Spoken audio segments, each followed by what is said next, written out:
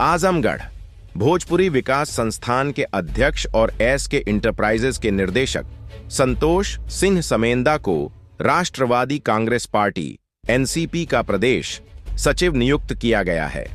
NCP के प्रदेश अध्यक्ष हरिश्चंद्र सिंह ने यह घोषणा की। संतोष सिंह ने कहा कि उनकी प्राथमिकता एनसीपी को उत्तर प्रदेश में मजबूत करना और आजमगढ़ के विकास को नई दिशा देना है। उन्होंने बताया कि 13-14 जनवरी को रामायण महोत्सव और मार्च 2025 में होली महोत्सव आयोजित किया जाएगा।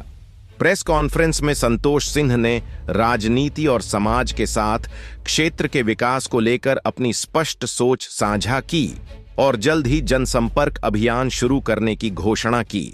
उन्होंने कहा, आजमगढ़ का सर्वांगीण विकास मेरी पहली जिम्मेदारी है। सर, अपना परिचय बता दो।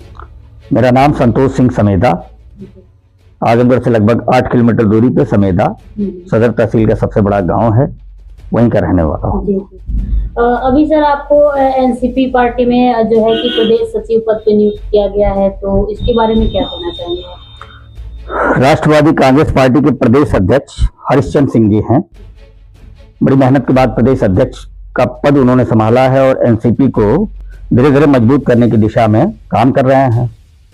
और उसी दिशा में एनसीपी के राष्ट्रीय अध्यक्ष माननीय अजित पवार जी, जो वर्तमान में डिप्टी सीएम बनाए गए हैं, भाजपा से गठबंधन में महाराष्ट्र की सरकार के डिप्टी सीएम अजित पवार जी ने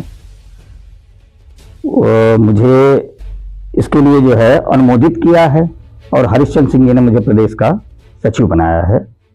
जी, कह रहे सर, ये रामायण महोत्सव के बारे में आप क्या कहना चाहेंगे? पिछली बार रामायण महोत्सव हुआ था, तो इस बार भी होने जा रहा है जनवरी माह में, तो उसके संबंध में आप क्या कहेंगे? सबसे पहले सियावर रामचंद्र की जय। धीरेन्द्र शास्त्री जी, जिनसे जुड़े हुए उमेश राठौर जी हैं, पिछली बार भी इन्होंने रामायण महोत्सव कराया था। चूंकि आजमगढ़ में एक महोत्सव की परंपरा रही है जिसको आजमगढ़ महोत्सव का नाम दिया जाता है, तो उसी तर्ज पे मुझे लगता है धीरेन्द्र शास्त्री जी के नेतृत्व में उमेश राठौर जी ने आजमगढ़ में रामायण महोत्सव का शुभारंभ किया। पिछली बार किया, शुभारंभ ठीक रही, लेकिन इस बार मुझे लगता है कि पूर्वांचल के जितने पीठाधीश्वर हैं, चाहे वो मार्कंडे महादेव हों, चाहे काशी विश्वनाथ हों, चाहे शीतला धाम के हों, चाहे वो हनुमानगढ़ी के हों, चाहे वो अयोध्या जी के हों, और ऐसे वो सम्माननीय बहुत सारे पीठाधीश्वर इस बार भंवरनाथ मंदिर प्रांगण में रामायण महोत्सव में आप सारे लोगों को, जिनको मैंने गिनाया है, उनकी उपस्थिति दर्ज होगी। कई देखने को ये मिलता है कि जैसे आप भोजपुरी विकास संस्थान से जुड़े हैं, तो थोड़ा सा इसके बारे में कुछ जानकारी देना। देखिए, 2009 में एक संगठन माननीय अमर सिंह जी के नेतृत्व में बनाया गया भोजपुरिया क्षेत्र के विकास के लिए। और भोजपुरिया क्षेत्र में आपका उत्तर प्रदेश का पूर्वांचल क्षेत्र जो है और बिहार का भोजपुर और भाजपा से हो, चाहे राष्ट्रवादी कांग्रेस से हो, चाहे लोकदल से, आप किसी न किसी इस जिले का, मुझे लग रहा है कि मोर देन 60 लाख की आबादी है इस जनपद की। 60 लाख की जनता में प्रत्येक व्यक्ति कहीं न कहीं किसी न किसी राजनीतिक दल से जुड़ा है। लेकिन राजनीतिक दल से जुड़ के खाली राजनीतिक चर्चा करना ये विकास का टॉपिक नहीं है। आप किसी भी दल में रहिए, लेकिन जिस क्षेत्र की जनता ने आपको प्रतिनिधि बनाया है, आपको विधानसभा तक भेजने का एक अवसर दिया है, अरे ना पूरे जिले का, कम से कम अपने ही क्षेत्र के विकास के लिए कुछ तो करिए। तो मुझे लगता है कि 10 विधानसभा सदस्य हैं यहाँ पे, जिनको विधायक कहते हैं। अपने क्षेत्र में थोड़ा थोड़ा यदि काम करें, 2 सांसद हैं, धर्मेंद्र जी हैं, उधर दरोगा सरोज जी हैं, तो थोड़ा थोड़ा भी अगर काम करें, ये मान के कि ये भाजपा वालों का नहीं, ये कांग्रेस वालों का नहीं, ये फलानों का नहीं, ये उनका नहीं, ये मेरा जिला है जी। तो मुझे लगता है कि जिस दिन आप किसी को अपना मान लेते हैं, उसके लिए आप कुछ कुछ कर गुजरने की बात करते हैं।